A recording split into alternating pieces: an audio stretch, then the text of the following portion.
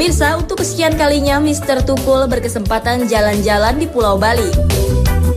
Pulau dengan sejuta pesona alam ini memiliki kekayaan budaya yang erat kaitannya dengan kehidupan religiusitas masyarakatnya.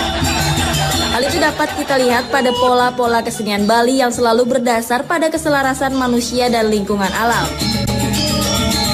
Tak heran Pulau Bali memiliki daya magnet besar terhadap penikmat keindahan sekaligus pecinta dunia spiritual. Bicara tentang dunia gaib, kurang rasanya mengeksplor destinasi mistis Pulau Dewata hanya dalam sekali waktu saja. Seperti pelesiran kita kali ini, Mr. Tukul mencoba mencari tahu sisi mistis salah satu tarian Bali bernama Calon Arang. Pada dasarnya, kesenian ini merupakan drama tari yang mengisahkan seorang janda sakti dari Dirah Kediri bernama Calon Arang. Setting waktunya pun dibuat pada abad ke-9 pada masa pemerintahan Prabu Airlangga. Pihak kerajaan pada waktu itu berusaha menghentikan sepak terjang Calon Arang yang dituduh membunuh banyak jiwa dengan menyebar wabah penyakit. Daya tarik tarian ini sesungguhnya terletak pada bagian diadakannya adu kekuatan antara tuan rumah penyelenggara tarian Calon Arang dengan pihak-pihak yang sengaja ingin menjajal kesaktian. Konon leak-leak akan berdatangan untuk menyerang dan merusak jalannya acara. Jika tuan rumah gagal membentengi seluruh prosesi tari itu, maka jiwa pemain bahkan penontonnya akan berada dalam bahaya. Maka dibuatlah larangan untuk penonton tidak boleh meninggalkan arena pertunjukan sebelum tarian ini selesai.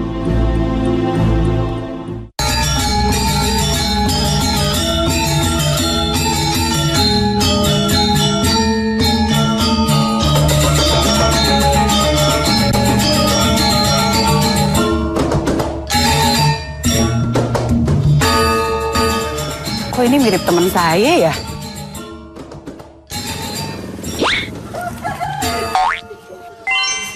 Mas Tukul ya? Kirain patung. Ah, kaget. Kamu kok tambah cantik banget sih. Oh, Mas Tukul ngapain di sini? Kamu pakai apa kok tambah cantik?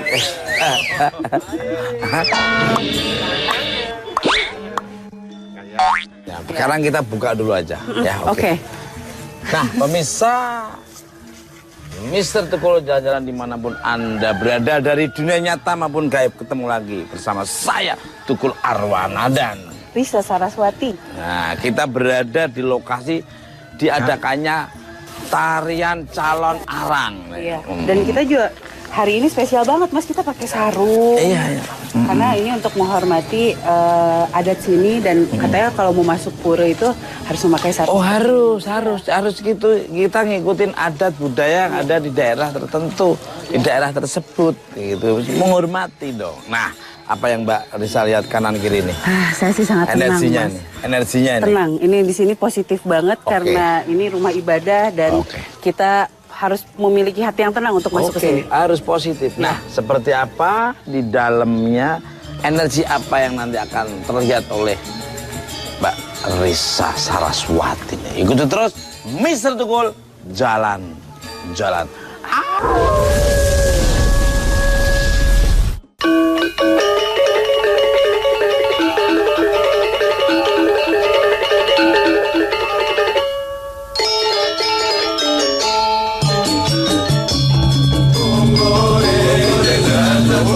Ya, Om Swastiastu. Ngurah Harta. Halo, Bapak. Dengan Pak siapa? Ngurah Harta. Pak Ngurah Harta. Kita bisa nanya-nanya, Mbak. Bisa ke Pak Ngurah Harta? Iya, dari tadi saya dengan Mas Tukul itu penasaran dengan sosok Calon Arang itu seperti apa sih sebenarnya, Pak? Calon Arang adalah seorang tokoh wanita dari daerah Dirah di Daha Kediri. Jawa Timur, dan beliau itu memiliki sebuah kemampuan sains yang sangat luar biasa dan pintar pintar. Dan rupanya Airlangga cemas dengan kepintaran wanita ini sehingga oleh raja diisukan bahwa dia memiliki hal-hal yang negatif. Oh, mungkin seperti Kartini gitu ya pada masanya yang coba positif ya, Pak ya. Sesungguhnya positif, tetapi begitu dikucilkan, akhirnya dia marah. Sekalian saja dia perlihatkan kemampuan spiritual yang dimiliki. Terus kabarnya tari itu dapat membahayakan jiwa pemainnya. Kalau di Bali ya, tapi awalnya tidak seperti itu. Akhirnya di Bali didesain menjadi sebuah pertunjukan kesenian yang sangat disakralkan. Itu bahayanya itu seperti apa sih Pak? Kalau boleh tahu. Karena di sini ada apa itu? Pertunjukan ego setiap orang yang memiliki kemampuan ini biasanya ada semacam tantang menantang hal-hal kemampuan mistik.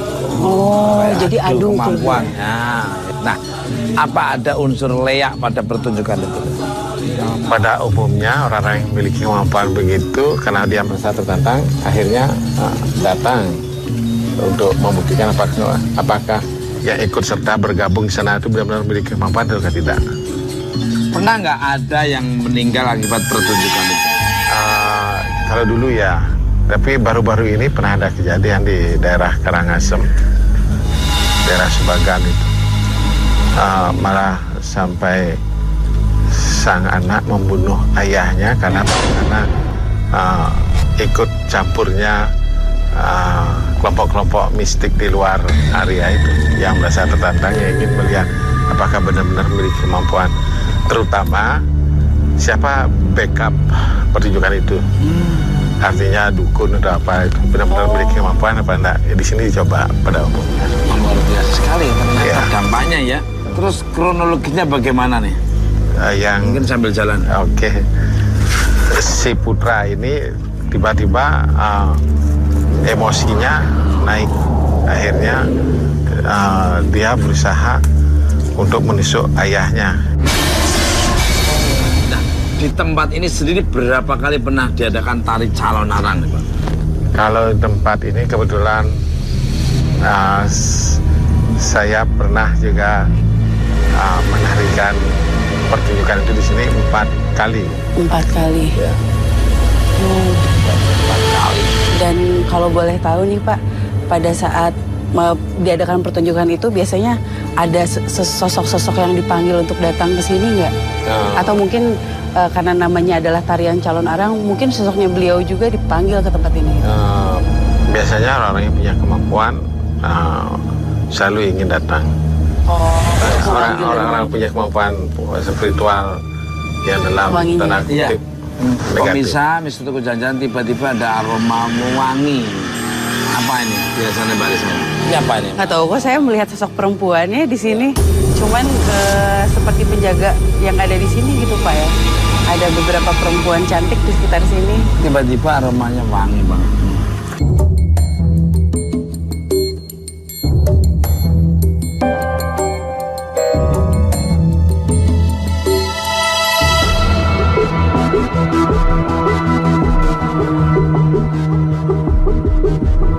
Nah, tari calon arang dibagi dalam beberapa fragmen ini, Pak. Awal adalah menceritakan sebuah peristiwa di kerajaan itu. Baru memasuki pembakan awal itu adalah siapa Rana Ketira, siapa anaknya, dan lain sebagainya, apa kemampuannya. Setelah itu baru terjadi siapa Erlangga dan sebagainya, problemnya apa, baru konflik. Itu biasanya makan waktu berapa lama sih Pak tariannya sampai beres? Sekitar 3-4 sampai 5 jam. 5 jam. Wah, panjang banget. Itu kalau di kita tuh kayaknya seperti wayang kali ya Mas ya? Yeah. Yang sebelum beres tuh nggak boleh. Iya, barusan duk-duk-duk gitu ya. Apa itu? Tidak bunyi.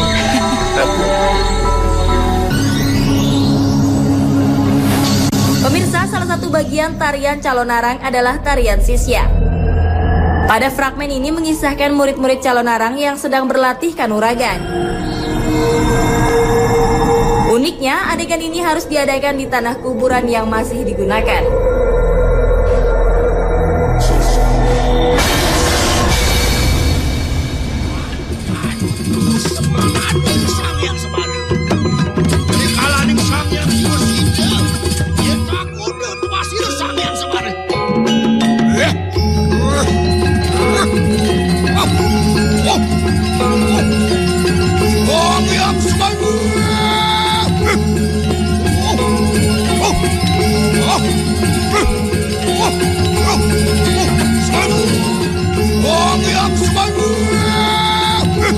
Wah, selamat malam Mas. Ya, selamat malam Mas.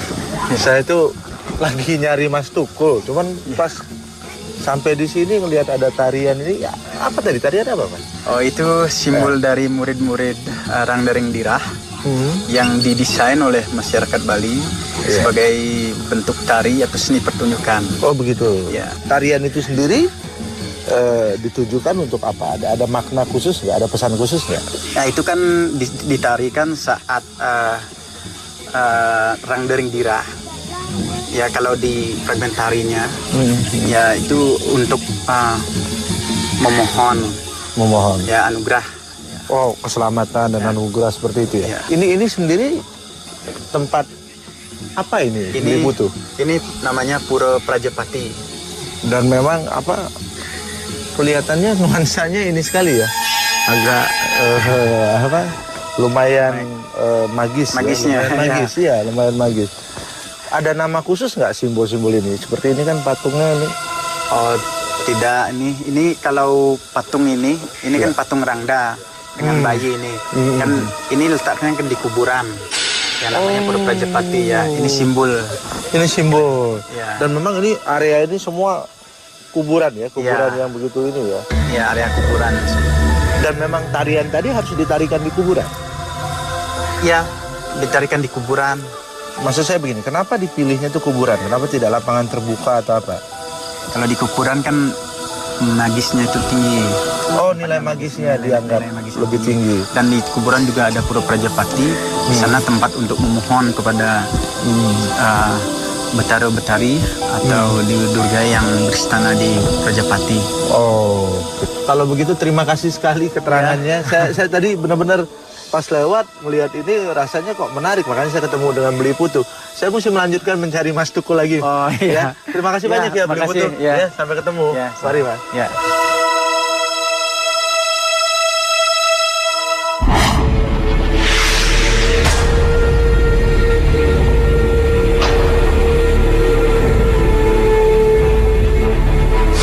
Kayaknya ada energi yang mau nah, bener kan? Ada energi kok. Energi sangat kuat sekali. Pak Leo. Liburan juga nih. Apa kabar? Lagi liburan juga nih. Oh iya, saya lagi killing tadi dari belakang. Mungkin Pak Leo bisa yang diceritakan apa yang tadi. Iya, tadi saya jalan dari belakang, dari tempat pekuburan yang di belakang itu. Bekas ya. Zaman dulu itu kuburan desa di sini hampir semua area ini perumahan ini adalah kuburan. Oh. Ini kuburan. Akhirnya Pantesan muncul banyak ya yang di dalamnya. akhirnya dipindah ke daerah. Semuanya tapi pindah. Iya. Tapi rupanya kuburan kuno karena ketika masyarakat mulai membangun ditemukan tumbak banyak. tumbak. Ya, terus ditemukan apa tengkorak-tengkorak.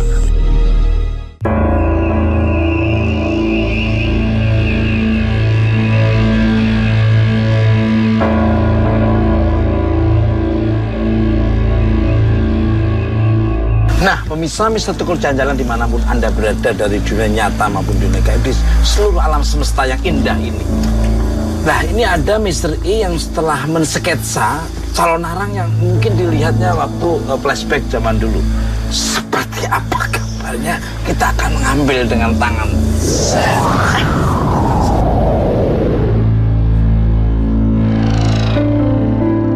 Luar biasa sekali ternyata, amazing. Tapi menggambarkan apa namanya kekecewaan sepertinya. Iya. Ya mungkin. Tapi Pak mohon maaf, Leo. beliau sendiri ini bukan penduduk asli Bali. Ya? Oh bukan, ini penduduk asli dari Dirah Kediri. Kediri. Ya, beliau istri Empu Kuturan. Nah, tapi sangat jenius bukan hanya dalam hal spiritual, dalam hal ketatanegaraan ya. Dan raja tidak menginginkan ada perempuan yang menonjol karena takut kekuasaan dan sebagainya ya hegemoni laki-laki terhadap wanita lah. Lalu sempat diasingkan kan? Dikucilkan dengan tapi di daerah sana. Ya. Nah, Mbak Risa gimana nih cara penglihatan ini? Iya, saya juga sama visualnya seperti sosoknya mungkin seperti ini, tapi tidak ada di sini tentu saja ya. Sekarang, apalagi sekarang tidak ada di sini, mungkin perlu upacara khusus untuk memanggil beliau, tidak sembarangan. Terus yang tadi saya pengen ceritain itu semenjak kita berjalan dari agak jauh-jauh sana, Pak, saya melihat sosok-sosok laki-laki yang memakai pakaian seperti Bapak gitu, banyak sekali. Tapi tidak dekat dengan kita, hanya menjaga di sekeliling sini. Monitor dari jauh aja ya. Kalau Pak Leo, monggo. Ya, saya lebih tertarik kepada filosofi di balik Salon Arangan ini, bahwa ada satu pesan moral yang ingin disampaikan mungkin ya, bahwa memang biar bagaimanapun wanita menyembunyikan satu kekuatan yang luar biasa, dan sudah sepantasnya lah karena kita menghormati. Kita katakan kita sangat menjunjung tinggi arti seorang ibu dalam hidup kita. Ibu itu adalah seorang wanita. Jadi kalau kita disebut Mother Earth, bukan Father Earth gitu kan.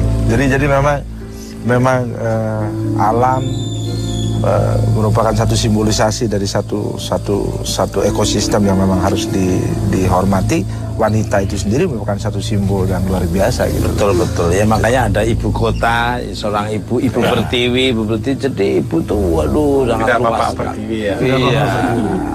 Nah, terima kasih, salam hormat buat keluarga. Mudah-mudahan tontonan ini jadi bermanfaat oleh pemirsa di seluruh alam semesta.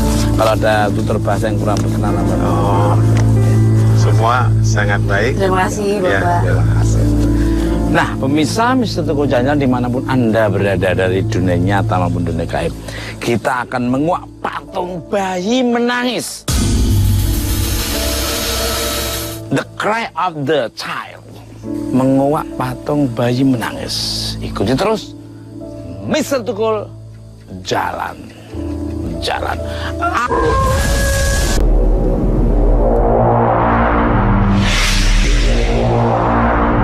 Tepat di pertigaan Sakah Batu Belah Gianyar berdiri sebuah patung bayi yang berukuran raksasa.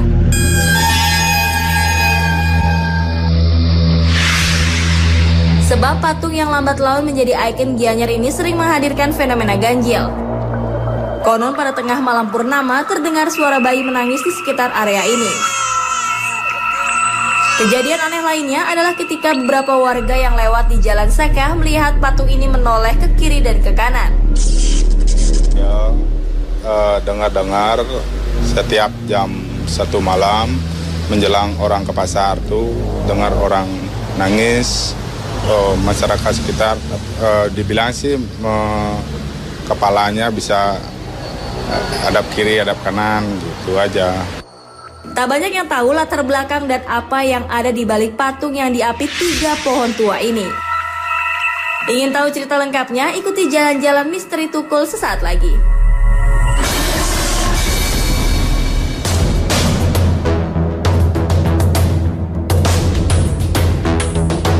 Nah, pemirsa Mr. Tukul Jalan-Jalan dimanapun Anda berada dari dunia nyata maupun dunia gaib. Sekarang kita berada di desa Sakah, kecamatan Sukowati, Gianyar. Ya, ini sangat luar biasa nih. Pak Leo mungkin bisa melihat energi dan Mbak Risa nih. Gimana nih? Dari tadi saya lihat ke belakang, Mas. Wow. Ini tentang Apa, Mas? tentang mitos patung bayi menangis. Yang pasti ya karena kita berdiri di sini tadi Risa udah keburu nunjuk, memang auranya datangnya dari sana.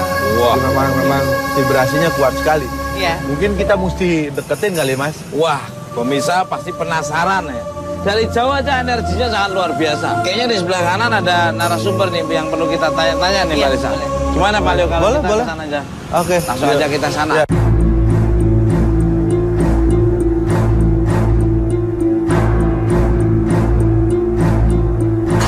Om Swastiastu. Om Swastiastu. Mbak Eva, apa kabar? Ini Pak Leo. Iya, kita tadi lagi lihat-lihat. Iya, ya dengan Pak siapa? Pak Ambare. Pak Amara ini. Mbak Eva ngapain di sini, Mbak Eva? Ini Mas Tukul lihat-lihat aja penasaran nggak ada patung bayi gitu kan. Terus apa namanya, katanya tuh ada yang lewat nih jalan nih, terus patungnya tuh lihat kanan kiri gitu, penasaran. Pak Leo, ini Pak Amara udah kenal belum? Iya, udah. Iya, apa ini Pak Leo yang dilihat Pak Leo? yang pasti masih sama tadi statement saya bahwa memang kita perlu tahu lebih dekat sejarah dari patung ini ya Pak. Secara vibrasi, secara spiritualnya memang kencang sekali ya Pak. Iya. Mbak Risa apa yang dilihat? Saya sih makin kesini kayak getarannya tuh makin kuat Mas, dan justru yang saya lihat tuh bukan sosok bayi gitu, tapi justru sosok yang tinggi besar. Tapi tadi dari kejauhan itu melihat kayak ada kepala-kepala anak kecil kayak nengok-nengok, ada rasa ingin tahu. Nah saya juga penasaran pengen ke atas nih. Pak Mare, boleh masuk Pak Mare? Boleh. Oh. Cuma maaf, Ya. yang ada wanita tutor kain dengan. Oh, kamu gimana? Nggak bisa masuk ya? Kamu? Nggak apa-apa, saya wakili. Oh, Saya aman kamu ya? Oke. Pemirsa, sepertinya Pak Mare, Pak Leo, Mbak Risa, dan saya akan masuk. Tapi Mbak Eva kayaknya harus ditinggal di sini nih. Ya, seperti apa energi yang ada di patung yang sangat luar biasa ini? Apakah bisa terlihat oleh Pak Leo dan Mbak Risa? Kayak gini terus, Mr. Tukul jalan-jalan.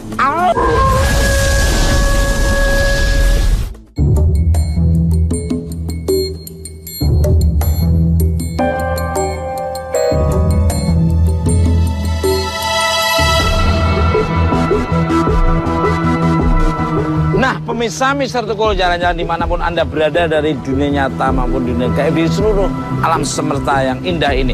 Kita sudah mendekat dan di sampingnya ada bayi patung bayi yang menangis ini. Nah, kita gimana Pak cerita kronologinya Pak? Ya. Nah ini awalnya ini ada permintaan dari Bupati Gianyar. Oh, Bupati Di Gianyar. mana setiap pertigaan perempatan Kabupaten Gianyar didirikan patung-patung yang ada kait sejarah itu masing-masing memajukan sejarah.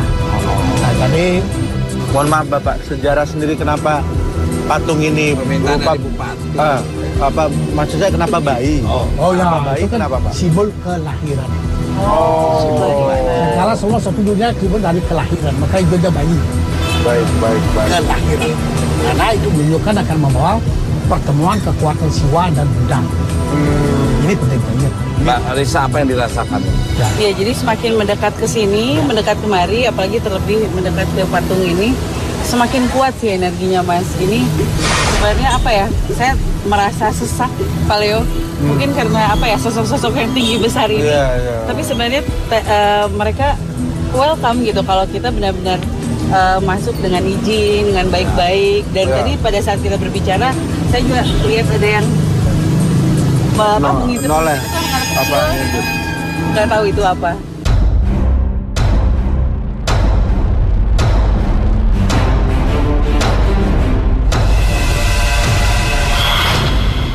Nah, pemirsa Mr. Tukul jalan-jalan dimanapun Anda berada dari dunia nyata maupun gaib ini sudah di depannya lagi. Pak Ambara, kabarnya pembangunan patung ini berdasar pustaka kuno ini.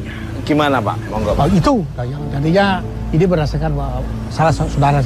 Kalau diambil sejarahnya, kedatangan yang dulu jenderal dari Dehe Posuran Damang nyebrang ke Bali. Di Bali beliau melahirkan putra yang dilahirkan namanya Brahmana Mas. Keluarga Satuasa ada yang memegang pusakanya, tapi telah dikelamat sekali.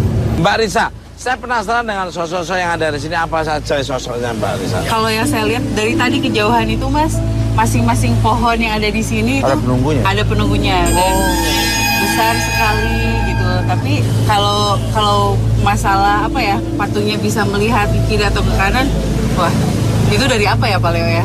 Apa dari sudut pandang orang-orang yang lewatnya gitu atau gimana? Iya begini, saya coba menjawab bahwa kadang-kadang kan mitos tadi mengatakan orang mata Saling nengok ya.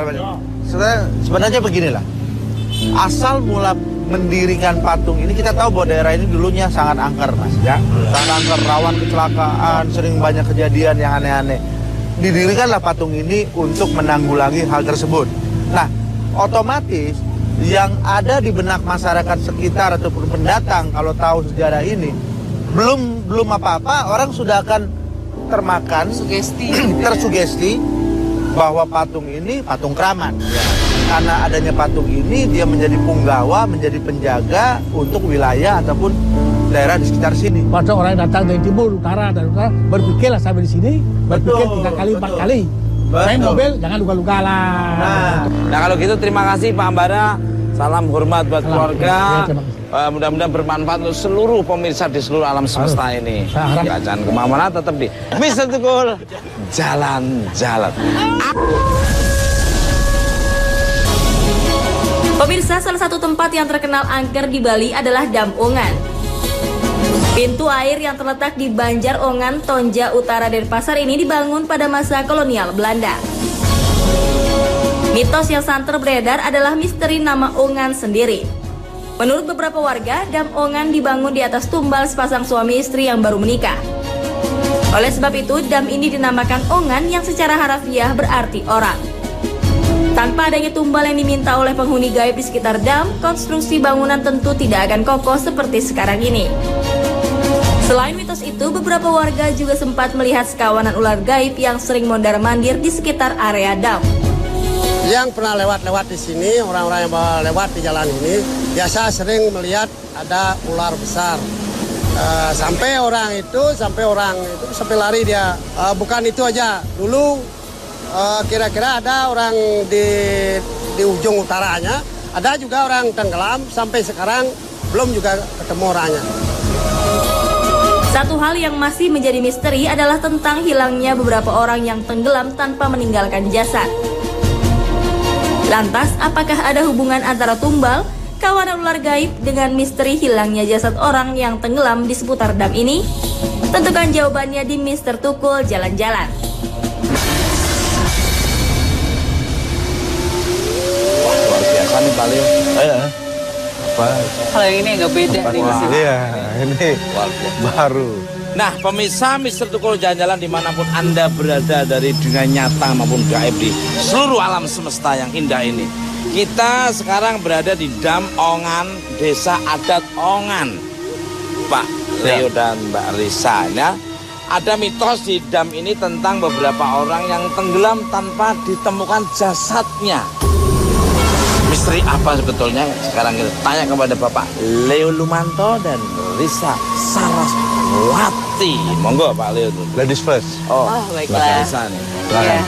Tadi sebelum tahu mitosnya aja Mas, jalan ke sini udah beda banget auranya. Jadi nggak tahu ya, saya bisa mendeskripsikannya seperti apa, cuman merindingnya tuh beda gitu. Dan sepertinya agak-agak banyak yang negatifnya ya Pak Leo ya. Banyak hal yang tidak menyenangkan dan tidak enak dilihat. Terutama dari area belakang ini. Iya. Itu dia Mas. Karena memang gini, mungkin karena dari awal pendiriannya saja dam ini sudah memakan korban. Banyak sekali jasad-jasad yang memang tidak terima lah, katakanlah begitulah, karena kematian mereka yang belum pada waktunya, katakanlah begitu. Perawakan mereka ini jarang ada yang menarik ataupun bagus. Karena normal gitu ya. Jadi ada bentuk dagu yang panjang sekali yang lebih normal, yang benar-benar orang yang benar-benar sangat kurang nyaman untuk dilihat. Anatomi mukanya itu aneh. Jadi apa ada semacam perkampungan gaib itu Pak Leo? Oh ya, ada perkampungan jin dan sembangsa ya di sini, terutama di belakang itu tadi. Ya, di belakang itu, di pojokan itu. Nah, di ujung situ pohon. Ya. Di pinggir itu yang tadi saya tunjuk di bawah situ. Jadi ada orang kate yang bentuknya aneh. Yang agak mengganggu penglihatan saya itu yang lidahnya itu menjulur panjang sekali. Menjulur dari tadi sebelah sini. Ya. Jadi kalau Mas Tukul ingat kalau di Bali sini kan sering kali dijadikan pajangan itu seperti barong gitu ya. Iya. Yang lebar banyak. Itu. Iya, ini sih bukan kampung ya, apa ya, negara atau apa gitu. Banyak banget. Dari kampung, jadi beberapa kumpulan jadi satu, yang kemudian ini ujung-ujungnya memang katakanlah kalau satu kelompok isinya 100 kali 100 lagi kan jadinya 1000 Mas. Jadi ya penuh, memang penuh sekali. Ini dari tadi kaki, tangan itu semuanya merinding gitu Mas.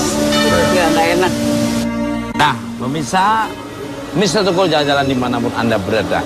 Sepertinya kita penasaran nih, lebih jelas lagi kalau kita langsung menuju ke damnya dan tanya kepada orang yang mengetahui seluk-beluk ada sekitar sini.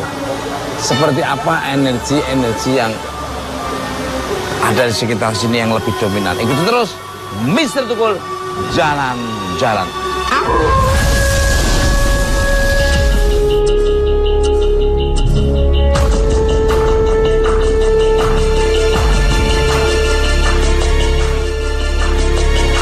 Pemirsa Mr. Tukul jalan-jalan dimanapun Anda berada dari dunia nyata maupun gaib di seluruh alam semesta yang indah ini.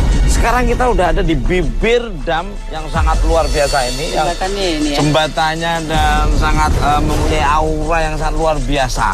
Nah, ada sosok-sosok apa ini Mbak Risa dan Pak Leo mungkin bisa melihat yang terlihat di pikirannya Mbak Risa. Masih sama seperti di sana Mas. Dan yang membedakan dengan perjalanan-perjalanan Mr. Tukul pada umumnya, biasanya kan kalau kita datang mereka agak mundur.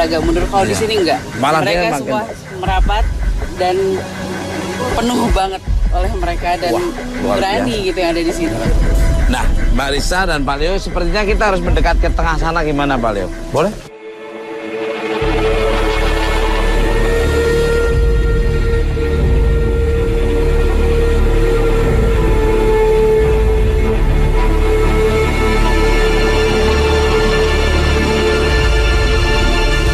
Luar biasa sekali ya. Saya sih nggak berani lihat ke kiri atau ke kanan. Kenapa Mbak Risa? Karena maksudnya di kanan kiri kita aja ini semuanya.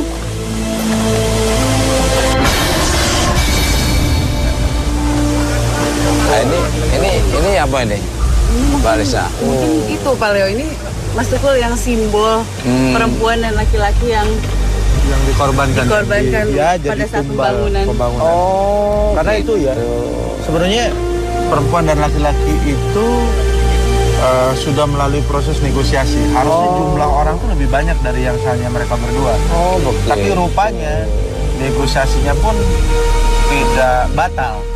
Karena di awal hanya 2 orang yang dikorbankan, tapi begitu dam ini selesai terus terjadi korban berikutnya gitu. Pak Leo, lihat perkampungan perkampungan jin, perkampungan goib itu yang terjadi tadi di sana Mas. Sono ya. Awal kita buka acara ini itu di belakang kita tadi itu penuh sekali. Ini ada beberapa yang nih kayak orang nongolin berpegangan di ini, kepalanya muncul gitu. Sini ya. Gitu. Dan kita sangat dekat dengan mereka sekarang Mas. Iya. Kita sangat dekat. Bahkan mereka berani jongkok gitu di sini. Sangat dekat. Sosok apa lagi Mbak Risa? Nggak tahu, ini seperti telanjang tapi enggak gitu. Deskripsinya menjadi sangat sulit ya, karena bukan sulit, bentuk mereka yang tidak keruan ini yang membuat jadi kitanya jadi kesulitan untuk ngomong. Mbak Risa kenapa tadi? Ini. Ya pada saat Pak Leo menceritakan sosok mereka, mereka coba ada salah satu pegang pundak saya. Pegang pundak dia. Iya, luar biasa sekali ya. Kita harus tanya-tanya lebih detail lagi nih. Ke sana? Ya, ke sana ya. Jadi biar lebih jelas lah ya. Ya.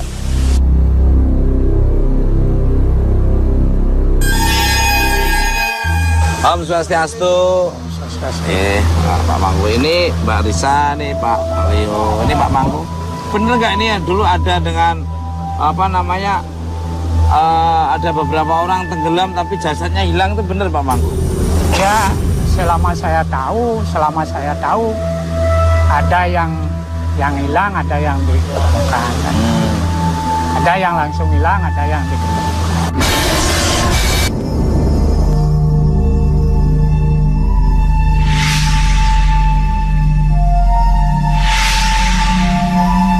Pak Mangku, mau nanya nih Pak Mangku, mengenai mitos pasang suami istri tumbal itu bener nggak sih Pak Mangku? Ya, menurut katanya itu benar. Karena gini, jadi karena tidak bisa dibendung, akhirnya dikorbankanlah suami istri baru kawin. Jadi itu katanya dikorbankan, langsung dikasih rantai, ini katanya rantainya gitu. Itu makanya rantai-rantai yang di sana nggak boleh dihilang gitu. Itu supaya apa Pak? Waktu nenggelamkan itu pakai rantai. Menenggelam si korbannya itu? Mitosnya begitu ya Pak ya? Ya. Ceritanya ya. Pak Leo, nah mengenai misteri hilangnya jasad orang tenggelam, penjelasan seperti apa nih? Begini, kalau misteri orang yang tenggelam, saya pendapat bahwa tidak semua jasad tidak bisa ditemukan. Ada yang meninggal baru hari yang sama langsung ketemu lagi ya Pak. Ada yang perlu ya ketemunya di hulu sana di ujung ya Pak ya, tapi muncul. Memang ada yang tidak. Yang tidak tadi ya kita tidak pernah, namanya ini sungai ya Mas. Maksudnya kita mau ngomong ada buaya, kita mau ngomong ada apa ya dimakan. Jadi bukan karena disembunyikan di dimensi lain, tapi lebih kepada memang jasad tersebut dimakan buaya atau mungkin di bawah ada pusaran air yang menelan itu gitu. Ya, tersangkut sesuatu gitu. Mbak Risa tadi sama ya? Oke.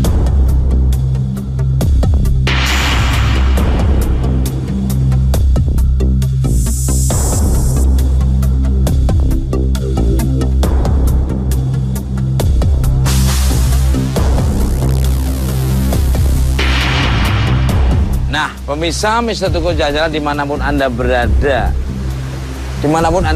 dari dunia nyata menuju gaib, Mr. I akan memvisualkan melalui kanvas lukisan seperti apa sosok-sosok energi yang ada di sekitar dam ini. Gitu terus, Mr. Tukul Jalan-Jalan.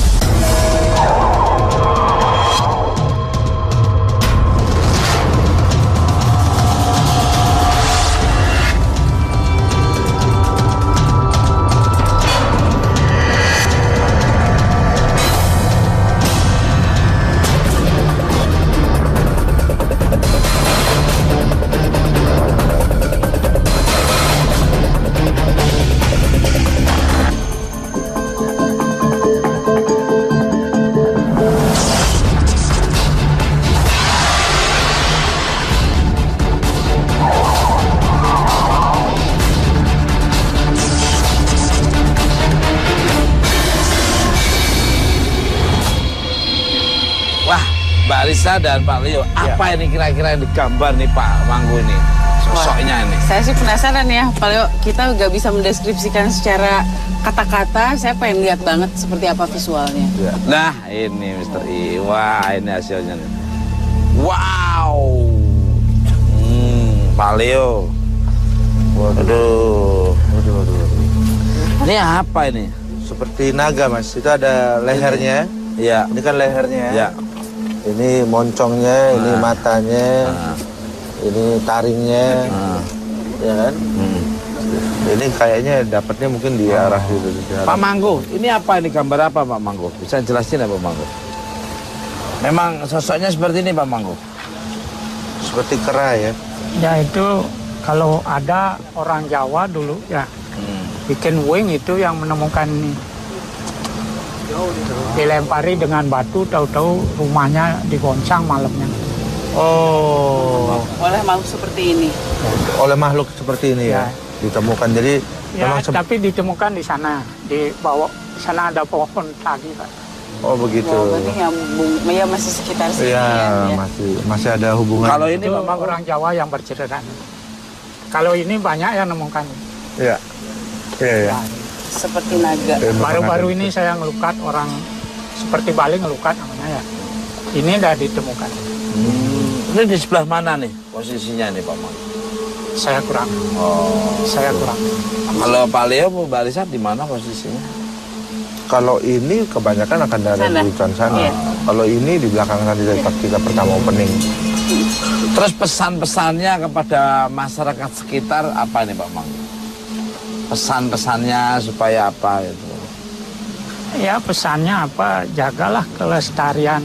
Ini, gitu. Kelestarian dan juga budaya kita harus dijaga juga. Kan kita jangan kalau Mbak Risa? Ya terlepas dari segala mitos, kalaupun benar pernah ada korban di sini atau apa yang jadikan tumbal, ya kita harus lebih menghargai gitu. Mereka juga merelakan nyawa mereka untuk membangun ini, dan kita yang sekarang tidak perlu melakukan apapun, tumbal atau apa, ya kita jaga lah. Satu menjaga keselarasan antara lingkungan hidup, alam semesta dengan keberadaan manusia sendiri. Kan manusia ini kalau di tengah alam semesta itu kita tuh hanya kecil sekali kan, Mas? Betul. Ketimbang alam semesta ya raya yang begitu luas dan tidak terhinggai. Terima kasih Pak Mangku. Salam hormat buat keluarga. Mudah-mudahan bermanfaat oleh pemirsa di seluruh alam semesta yang indah ini. Dan kalau ada tutur bahasa perilaku yang kurang berkenan dari tim Mr. Tuko Janjala, mohon maaf. Ya, ambil sisi positifnya, Pak Leo. Oke. Ya. Nah, pemirsa Mr. Tuko Janjala dimanapun Anda berada, dari dunia nyata maupun di dunia gaib di seluruh alam semesta ini, ya, ambil sisi positif tontonan dari Mr. Tuko Janjala, yang negatif jangan diambil. Ya, tunggu kehadiran Mr. Tuko Janjala di tempat yang berbeda, yang banyak budayanya, yang ada kulinernya, ada wisatanya, dan ada misterinya pastinya. Ya, kekuatan yang tidak bisa tertandingi adalah kekuatan dari Allah Subhanahu wa Ta'ala, Tuhan Yang Maha Esa. Ikuti terus Mr. Tukul, jalan. Out.